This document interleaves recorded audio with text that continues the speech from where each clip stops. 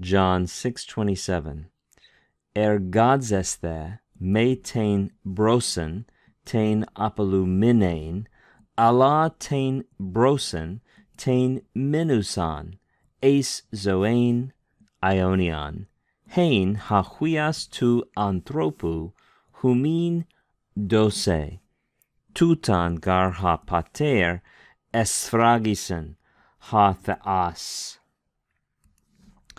Jesus here commands this group that's followed him from the feeding, the miraculous feeding. He says, work, and this is an imperative of the verb ergazo, or ergazomai. It's frequently listed as a middle form, and this is a middle imperative. It's a present middle imperative, second person plural. Work, not for food which perishes, right? Do not work for perishing food. Do not work for spoiling food. Do not work for disappearing food, but, implied work for, food which endures unto life eternal. Food that endures to life eternal. Notice how these two participles that I'm underlining are attributive participles.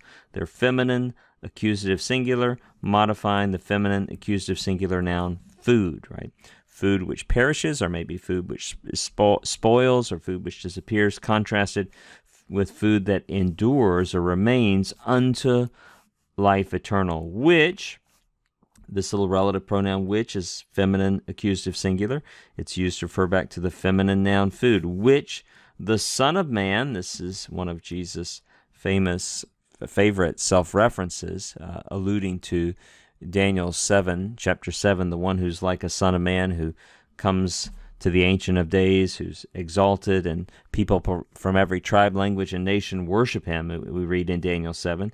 He says, which, the food, which the Son of Man will give, that's a future of didomi, will give to you all. For, notice that post-positive gar comes second. This tuton, see, that's an accusative. That's going to be your direct object.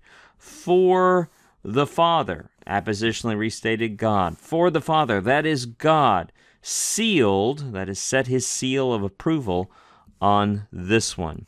I think the English translations will say, for God the Father has put his seal of approval on him. And that translation, I think, certainly captures the idea well.